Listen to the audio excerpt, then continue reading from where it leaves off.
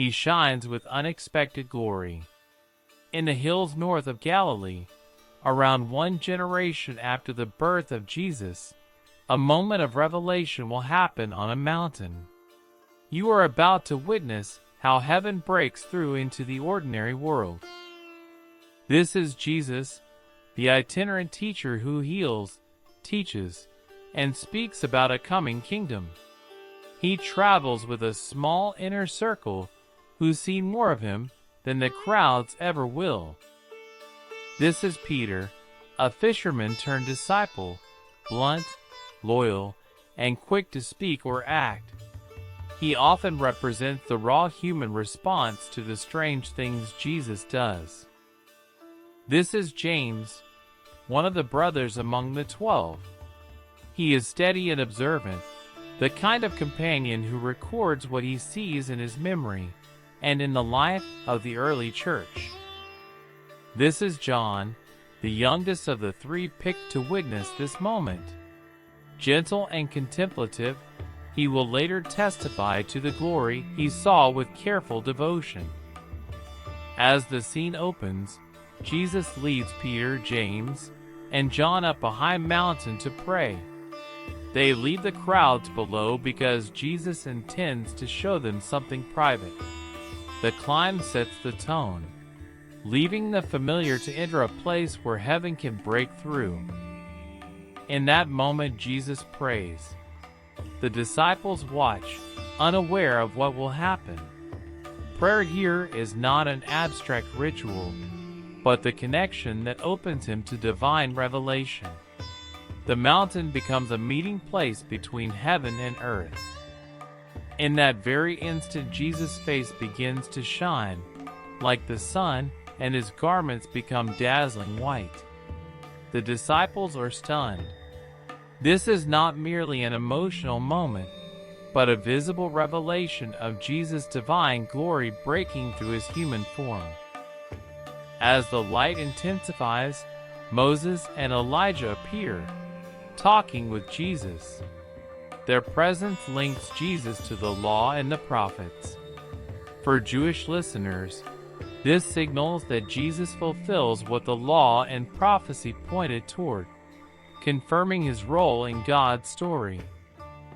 But then Peter, overwhelmed, blurts out an offer to build 3 shelters for Jesus, Moses, and Elijah. His words reveal awe and a desire to fix this moment in place. He does not yet grasp that the scene is not about dwelling but about revelation and mission. As the cloud covers them, a voice from heaven says, "This is my beloved Son. Listen to him." The disciples tremble. God is identifying Jesus not only as beloved but as the authoritative voice to obey. The law and prophets point to him. Now God speaks the seal of authority. In that instant, the disciples fall prostrate, filled with fear and reverence. The voice has stilled. The mountain is heavy with holy silence. Their reaction is human. All that silence is speech and brings deep recognition that something divine has intruded into their world.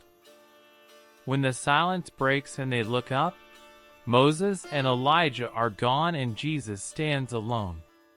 The vision has served its purpose, to show that Jesus, and Jesus alone, is the center of God's plan.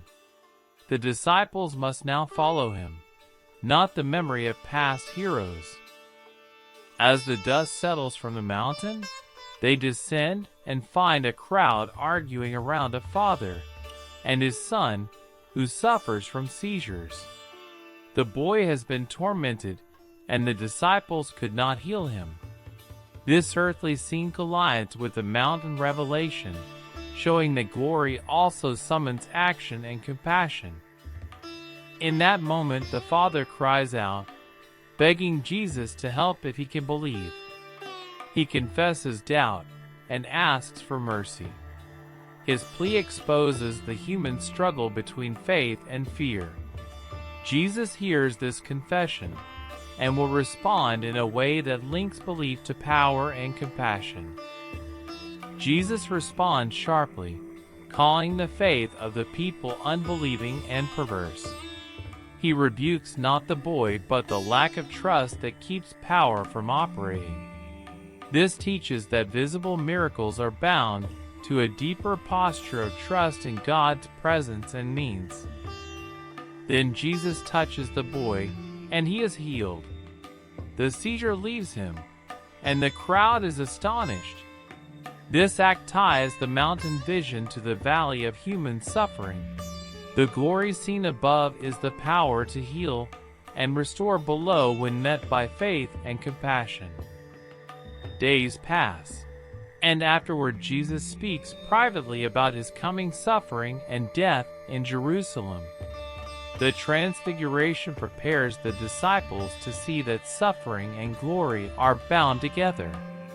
He foretells that he will be killed and raised, framing his death as part of God's redemptive plan. When morning comes, the disciples keep silent about the vision because its meaning is weighty and mysterious. The Transfiguration is not simply to be announced, it must be lived into.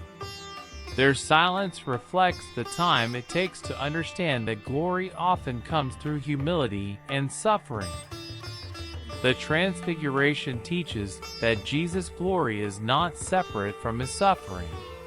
It shows that the law and the prophets find their fulfillment in him, and that obedient faith unlocks God's power for the broken.